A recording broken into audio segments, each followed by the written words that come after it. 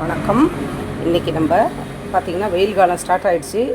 எல்லாம் கடைக்கு வர்றவங்க ரோஸ் மில்க்கு தயார் பண்ணி வைங்க, நீங்களே ரோஸ் மில்க் தயார் பண்ணி கொடுங்கன்னு கேட்குறாங்க.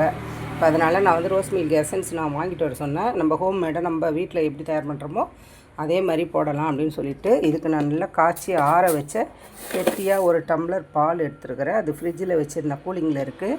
சுகர் வந்து உங்களுக்கு தேவையான அளவு சேர்த்துக்கோங்க. 1 கிலோவுக்கு வந்து 200 கிராம் சர்க்கரை சரியாக இருக்கும். நான் வந்து ஒரு கரண்டி அளவு, ஒரு சின்ன சட்னி கரண்டி அளவு போட்டிருக்கிறேன். இதில் வந்து ஜில்லு பால் கொஞ்சம் ஊற்றுறேன். இப்போ இதுக்கப்புறம் முக்கியமான ஹீரோவே இப்போ தான் எசன்ஸ் சேர்க்க போகிறோம்.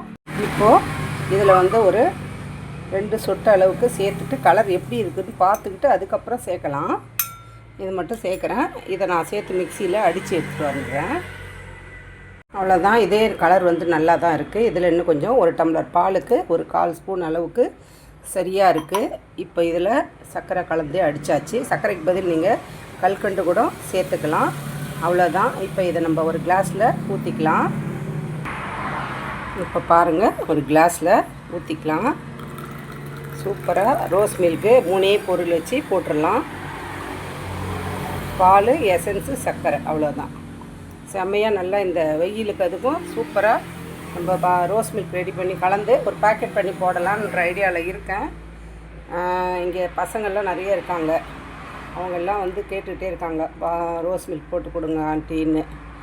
ஓகே, நீங்களும் இதேமாரி வெயில் நாளில் ரோஸ் மில்க் கலந்து வச்சு வீட்டில் குழந்தைங்களுக்கு ஆரோக்கியமாக ரோஸ் மில்க்கு செய்து கொடுங்க. இந்த பதிவு உங்களுக்கு பிடிச்சிருந்துச்சுன்னா லைக் பண்ணுங்கள், ஷேர் பண்ணுங்கள். கதம்பம் 2.0 சப்ஸ்கிரைப் பண்ணுங்கள். பக்கத்தில் இருக்க பெல் ஐக்கானை அழுத்துங்க. வாழ்க வளமுடன், நாளும் நலமுடன்.